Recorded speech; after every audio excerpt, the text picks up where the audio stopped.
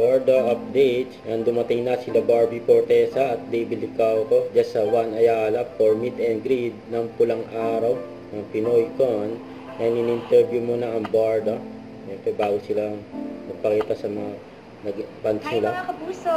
Nandito na po ako sa Juan Ayala, Makati para sa Pinoy Con. Kaya sana po ay magkita-kita tayo dito.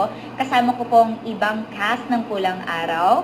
Si David Licauco, Sanya Lopez, Dennis Trillo, at Alden Richards. See you later! Hey mga kapuso, nandito na ako ngayon sa Juan Ayala in Makati City for the Pinoy Con ng Pulang Araw. I'll see you here and kasama ko si Dennis. Yun o. Yun. Ngayon na, ang pagdating nila David at Barbie sa Juan Ayala, Makati. Yan ang Barda. Nagintay na yung mga fans nila.